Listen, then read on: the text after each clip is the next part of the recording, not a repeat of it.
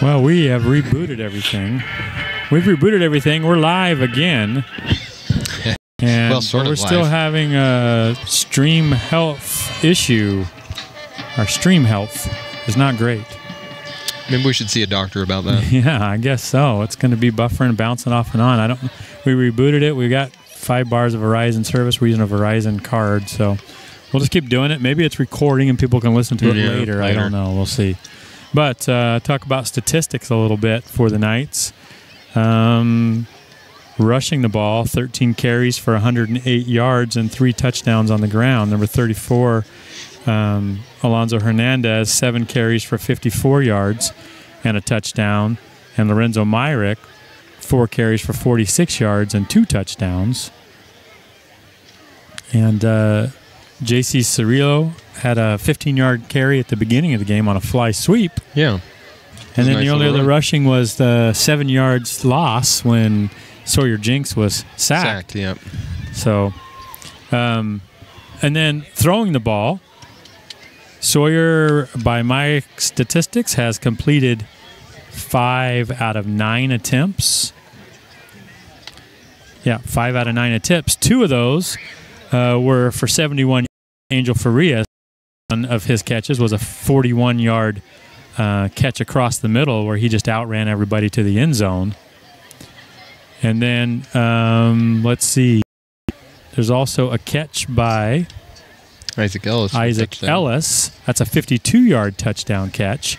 Corbin Christensen has just 1 catch for yards. He was targeted a few times. In fact, a couple pass interferences committed against him to prevent him from getting to a few balls. Yep. And then number 8, Lorenzo Myrick, has a 19-yard catch. That one wasn't for, was it? Because I'm off by a touchdown. Yeah, we're missing a touchdown. We also have a defensive touchdown for the Knights. That defensive touchdown was a result of a Jack Diaz sack, and the quarterback caught up, and Isaac Ellis picked it up and raced it in from about 20, 25 yards out for a touchdown as well. There was 1 missed extra point, so the Knights have a 48-0 lead as they are out of the locker room. The Warden Cougars, on the other hand, are not. They're just making their way out of the locker room, and so they're probably a good couple hundred yards from the field. Yeah, they got a ways to go yet. So anyways, we'll keep broadcasting here. I know we're buffering, but like I said, maybe it's something that's saving in a way that can be listened to. I feel like the touchdown we're missing is a passing touchdown. I do too. So maybe that one to Myrick was it. Oh, can't put my finger on it. How did we misplace a whole touchdown? Well, I'll take all the blame. The score is accurate. Yes. No, it's not. It should be 48. Oh, yeah. The score we've been talking about is accurate. That's right. Now it's accurate up there, too. It's accurate up there, too, although our stream health is not good. On our side, everything looks wonderful.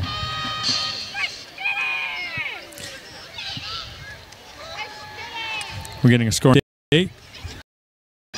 Ryan on the combine, I'm sure. 28-7 at halftime.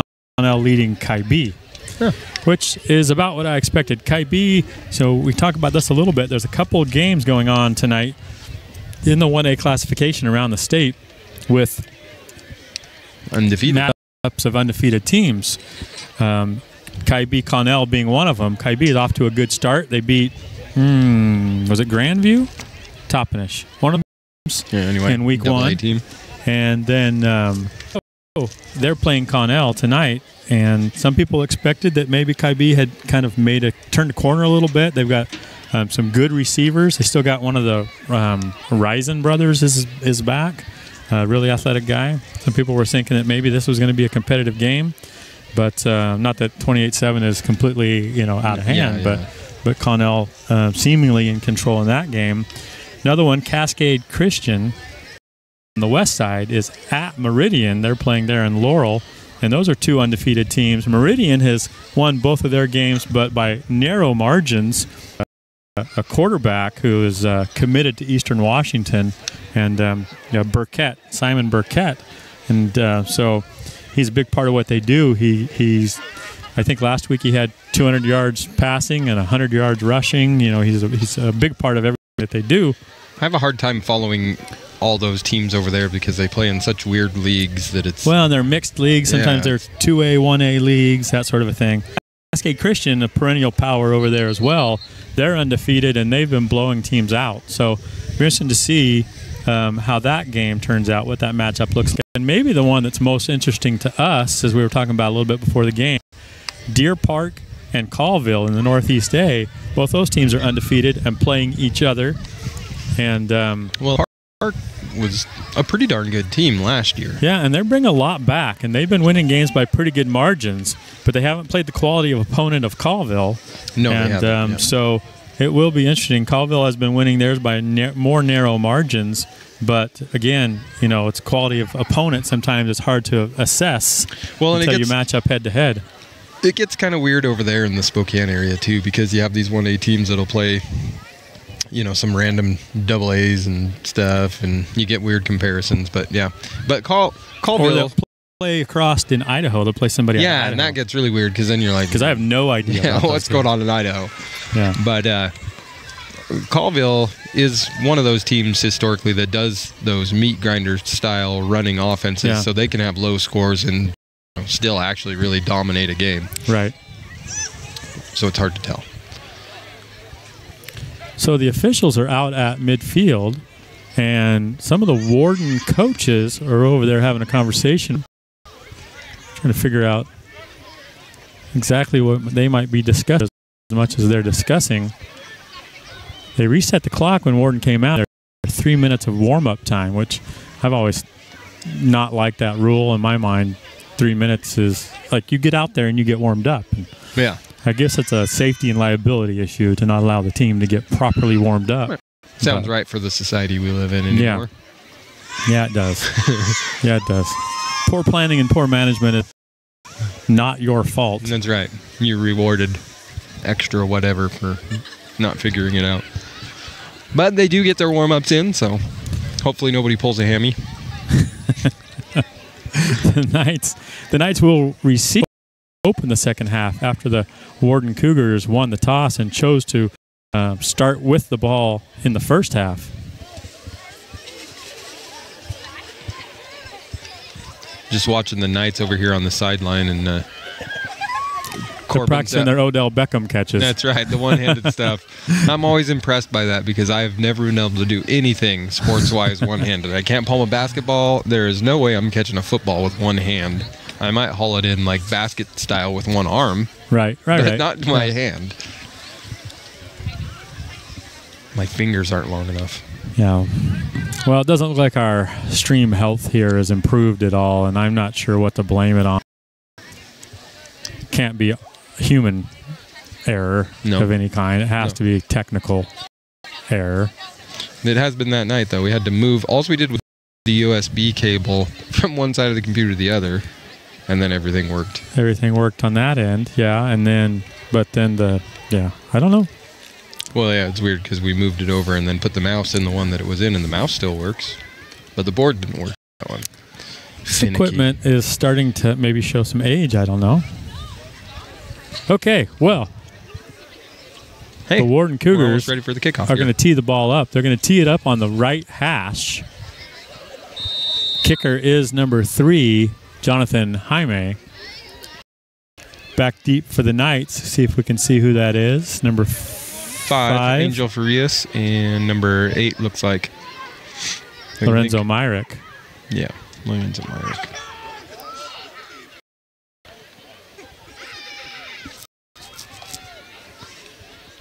A bit of a pregnant pause here. Oh, here we go.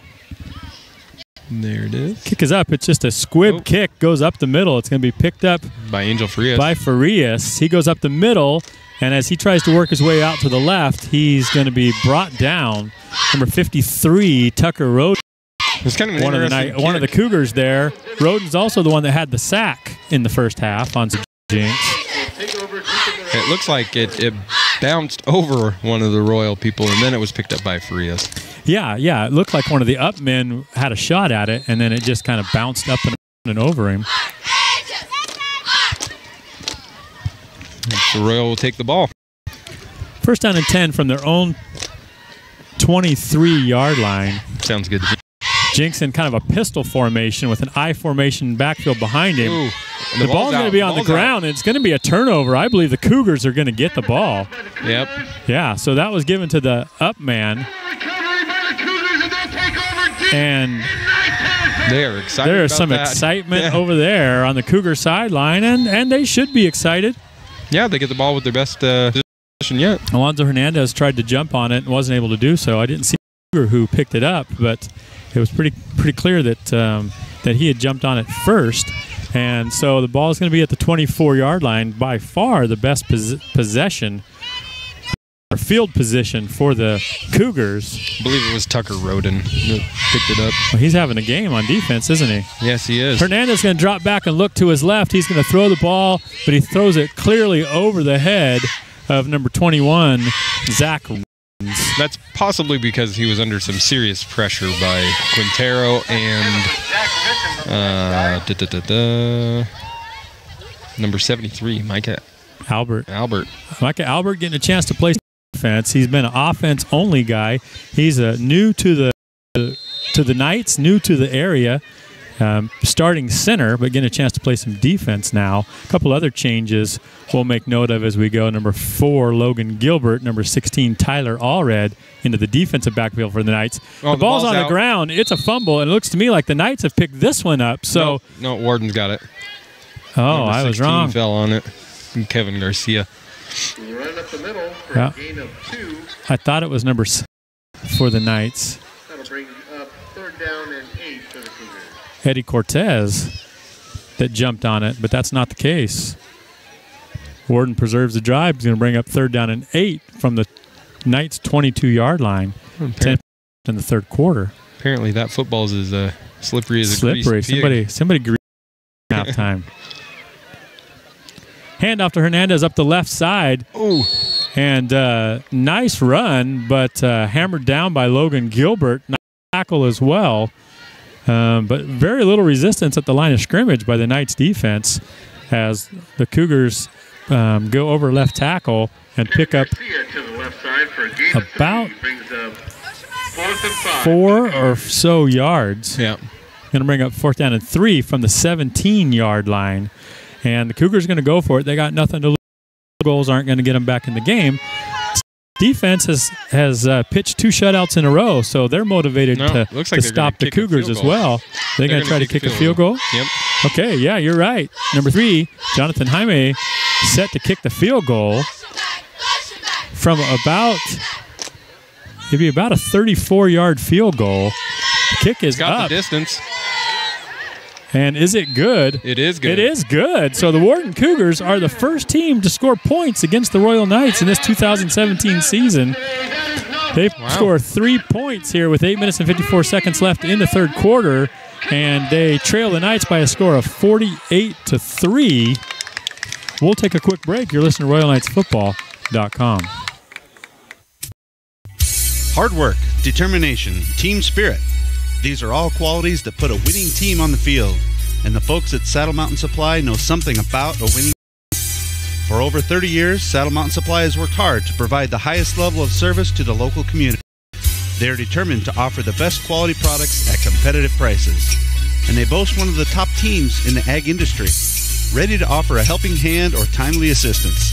From bookwork to fieldwork, from accurate application to reliable recommendations, Supply is committed to using the latest in technology and training to attend all your agronomic needs. Check out our website at www.performanceag.com for the latest in industry trends and market prices. Saddle Mountain Supply at performanceag.com. Quality you can count on, performance on. So after a quick turnover by the Knights, giving the ball to the Cougars, with just 24 yards to negotiate, they are able to keep them from scoring a touchdown. But Jaime kicks a nice 34-yard field goal. Would probably have been good 5 yards further back easily. Yeah, maybe even 10. Puts the distance. Yeah, puts the first points on the board in this 2017 campaign. Jaime is going to be set to kick off now. The ball spotted at the right hash. Oh, and it's an onside kick attempt, but it's not going to go 10 yards. It's going to be a penalty. And the Knights will likely choose to take the ball where it rolled dead, which would be inside Cougar territory at about the 47-yard line. Idea by Warden, and actually if the execution was there, I don't think we were ready. The Royal was not for that at all. It may have been something that could have worked. Yeah, if it had went 10 yards, they could have picked that up. They were the only ones around that ball. Now the Knights do have the option to force Cougars to kick it over again, but why would you when you're already across midfield? Yeah, no need. The Royal Knights will take over in Cougar territory. First down and 10 for the Knights from the Warden 47-yard line. See if we can not turn the ball over. From right to left. The ball's going to be given to Angel Farias. He's going to make two guys miss and bounce inside. And 34, Alonzo Hernandez, one of the Knights out there on a lead block to help him the yardage that he did. Farias is the fastest Knight on the field. They're going to get from the 47 down to the 35. It's going to be a 12-yard gain for Angel on his first carry. He already does have 2 catches for 71 yards and a touchdown. And Coach Allred said that he really wants to keep working him in the offense in different ways and get his confidence up. Jinx in shotgun with Hernandez to his left. He's going to hand off to Hernandez, going across him from left to right, and he breaks through, and there's going to be a penalty mark. Looks like he was going to get into the end zone, but the last second, 44, Hayworth brings him down. Penalty marker thrown previous to that, and it looks like it's in the area where it might be holding. Hayworth took a good angle on Hernandez on that play and was able to trip him up right at the end. He did. White hat with the official that threw the flag to determine what the call is. It's actually going to be a face mask penalty against the Knights. That's kind of so it'll be marched off from where the flag was thrown. So all those yards don't go to Hernandez after all. He was going to be inside the 10, down to about the 7. And they will mark that off from where the flag was thrown. Looks like the flag was thrown on about the 26-yard line.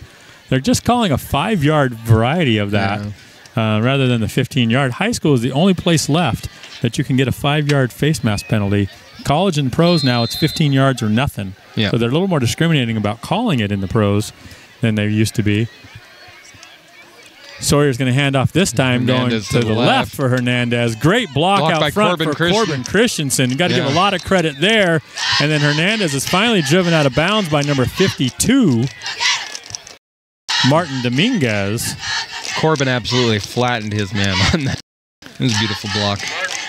Ball was on the 33-yard line, and they're going to mark it all the way down to the, let's see where they put it,